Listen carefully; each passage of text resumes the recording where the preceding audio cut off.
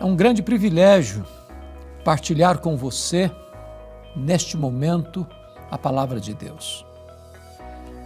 Hoje, para fazer uma espécie de diagnóstico da sociedade, traçar um mapa da realidade, quero falar sobre tempos difíceis. E vamos basear esta mensagem em 2ª carta de Paulo a Timóteo, capítulo 3, versos de 1 a 5. Vamos ouvir a leitura deste texto. Sabe, porém, isto: nos últimos dias sobrevirão tempos difíceis, pois os homens serão egoístas, avarentos, jactanciosos, arrogantes, blasfemadores, desobedientes aos pais, ingratos e irreverentes, desafeiçoados, implacáveis, caluniadores, sem domínio de si, cruéis, inimigos do bem, traidores, atrevidos, enfatuados, mais amigos dos prazeres que amigos de Deus, tendo forma de piedade, negando-lhe, entretanto, o poder. Foge também destes. O mundo onde Paulo vivia e quando Paulo escreveu estas palavras estava absolutamente de pernas para o ar. A cidade de Roma, a mais poderosa e populosa cidade do mundo, havia sido incendiada criminosamente. Mais de 1 milhão de habitantes. 70% da cidade arrasada. Foram 7 noites e 6 dias de incêndio. O imperador da época, Nero, colocou a culpa deste criminoso incêndio nos cristãos e começa uma brutal perseguição. Os cristãos foram crucificados a ponto de faltar madeira em Roma para fazer cruz. Quando não tinha mais madeira, os cristãos eram amarrados nos postes, cobertos de piche e queimados vivos para iluminar as noites de Roma. Um verdadeiro massacre, uma perseguição brutal contra os cristãos. Naquelas alturas, Paulo era o grande líder do cristianismo no Ocidente. E ele começou a ser procurado, caçado, até que botaram a mão nele. Talvez em Troade, na casa de Carpo. Jogaram Paulo na masmorra Mamertina, em Roma, um lugar escuro, insalubre, de onde as pessoas saíam leprosas ou para o martírio. Desta prisão desumana, Paulo revela no capítulo 2, verso 9 desta carta, que ele foi preso ali com a acusação, ou sob a acusação de ser um malfeitor, um criminoso, um bandido, o líder dos incendiários. Em virtude disso, ele confessa no capítulo 1, versículo 15, que todos os da Ásia o abandonaram. Gente que o conhecia, que sabia da sua integridade, da sua inocência, mas se acovardaram. No capítulo 1, versículo 8, o próprio Timóteo, seu filho na fé, o destinatário desta carta, estava com vergonha das suas algemas.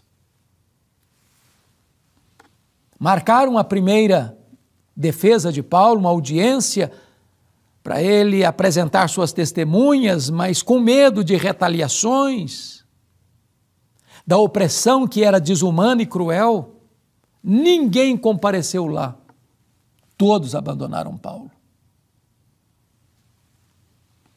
Na verdade, o apóstolo escreve esta carta como a última epístola, já no corredor da morte, aguardando o dia da sua execução. E é nesta carta, no capítulo 3, conforme ouvimos a leitura, é que Paulo vai fazer uma espécie de diagnóstico dos seus dias, apontando certamente para os dias em que vivemos. E ele começa dizendo assim: sabe, porém, isto. Ou seja, há muitas pessoas que parece que não sabem, que vivem cegas, desantenadas, desligadas da realidade, vai deixando a vida levar. Não conseguem enxergar o que está por trás do que está acontecendo. E Paulo traz esse alerta de Timóteo: sabe isso, Timóteo, você precisa entender as coisas, você precisa fazer uma leitura do seu tempo. Você não pode ser um alienado. E Paulo diz: sabe, porém, isso, nos últimos dias sobrevirão tempos difíceis. Esses últimos tempos começaram lá na primeira vinda de Cristo e acontecerá até a segunda vinda de Cristo. Mas a palavra difíceis aqui no grego é a mesma palavra para aqueles endemoniados gadarenos, 2 endemoniados gadarenos, que a Bíblia diz que eles estavam furiosos.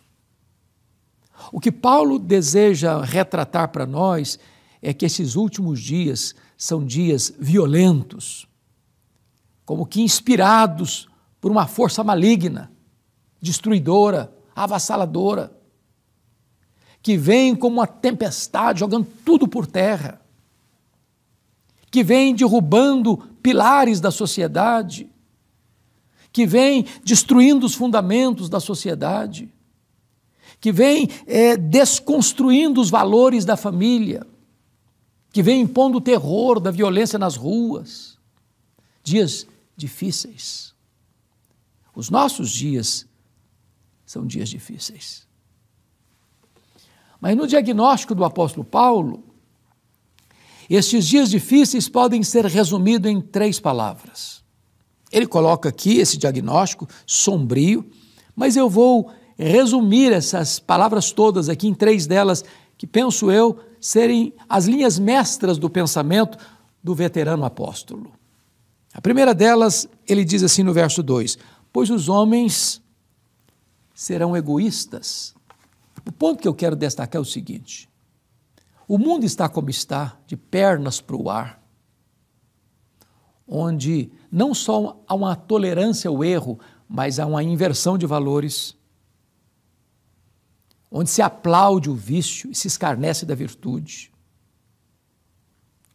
onde se celebra a cultura da morte e não se defende o valor da vida,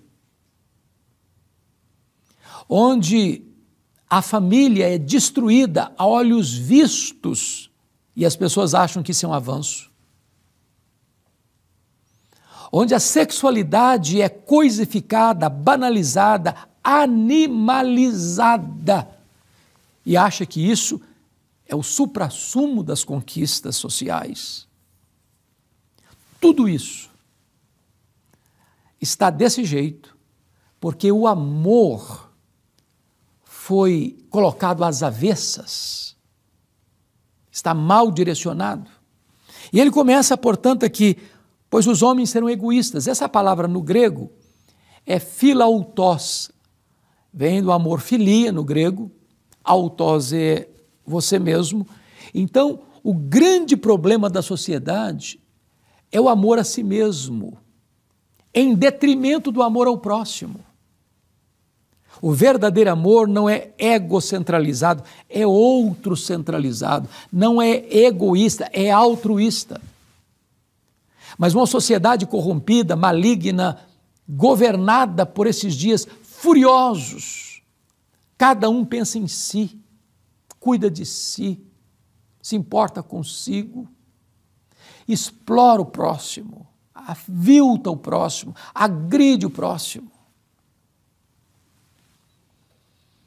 Jesus pontuou isso muito bem na chamada parábola do bom samaritano, quando um homem descia de Jerusalém para Jericó e caiu nas mãos dos salteadores, que o deixaram à margem do caminho sangrando. Passou por lá o sacerdote, o viu assim, passou de largo. O levita também passando, olhou aquela cena e passou de largo. Porque cada um está pensando em si, no seu conforto, não quer se envolver. Cada um por si, Deus por todos. E desta maneira nós vivemos numa sociedade que tantas vezes segue a linha dos salteadores.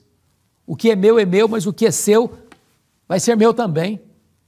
Ou segue a linha da filosofia do sacerdote e do levita. O que é meu, o que é seu, cada um por si, Deus por todos. Não estou nem aí com o que você está vivendo, sentindo ou sofrendo.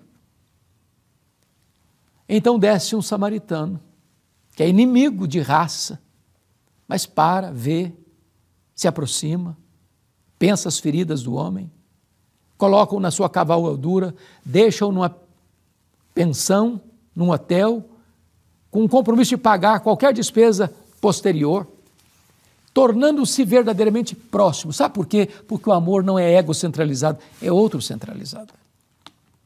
Por que a sociedade está tão corrompida? Segundo lugar, diz Paulo assim, porque os homens serão avarentos. A palavra avarento no grego é philarguros, literalmente, amantes da prata, amantes do dinheiro. O dinheiro é a mola mestra dessa sociedade, onde as pessoas adoram o dinheiro como um deus, Mamon. Por dinheiro as pessoas matam, morrem, corrompem, são corrompidas. Por amor ao dinheiro as pessoas vendem a alma para o diabo. E esta avareza é que leva o assalto aos cofres públicos, a corrupção nos governos, nas empresas. É a corrupção movida pelo amor ao dinheiro que tira recursos dos hospitais e pessoas morrem na fila, sem assistência, sucateando as estradas, tendo tantos acidentes. Porque os recursos são jogados no ralo da corrupção. Por quê? Por avareza, amor à prata, amor ao dinheiro. Nós devemos adorar a Deus, amar o próximo e usar as coisas. Mas nessa sociedade, as pessoas amam as coisas, usam as pessoas e se esquecem de Deus. Mas finalmente, Paulo vai fazer um outro diagnóstico. Lá no capítulo 3, versículo 4, dizendo que os homens são mais amigos dos prazeres do que amigos de Deus. E a ideia aqui é de filomenos. É a pessoa que vai amar o prazer, mais do que amar a Deus. E nós estamos vivendo nessa sociedade hedonista, que vive por prazer, que bebe todas as taças dos prazeres, que quer sexo livre, que quer drogas sem criminalização, que aprova o aborto, que aprova a ideologia de gênero, que aprova todas as coisas que estão na contramão da ética, da moralidade, da cultura judaico-cristã, que serviu de pilar central da sociedade. As pessoas querem tudo aquilo que atenda ao reclamo, ao desejo da sua carne, da sua vontade. E esta filosofia tão popular no primeiro século, chamada de hedonismo, patrocinada lá pela ideia e pensamento que resume essa filosofia: comamos e bebamos porque amanhã morreremos. Não tem amanhã, não tem prestação de contas, não tem juízo final, não tem céu nem inferno, a vida é só o aqui e o agora, então vamos beber todas as taças dos prazeres. Por esta razão, porque os homens amam a si mesmos e não ao próximo, porque os homens amam o dinheiro e não a Deus, porque as pessoas amam mais os prazeres do que a Deus, é que a sociedade está vivendo esse caos, dias difíceis. Você e eu podemos reagir a isso, voltarmos para Deus, colocarmos nossa vida nas mãos de Deus e viver para a glória de Deus, para respeitar a vida, amar o próximo e alterar o cronograma dessa sociedade que jaz no maligno, que caminha célere para a destruição. Não há outro que possa nos dar esperança, a não ser Jesus Cristo.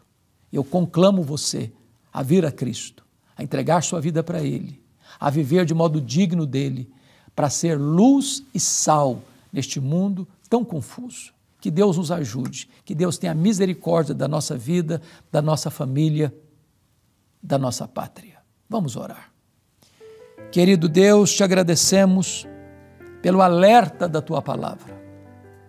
Não permita que nos conformemos com este século, que venhamos a ser amigos do mundo, constituindo-nos assim em inimigos Teus.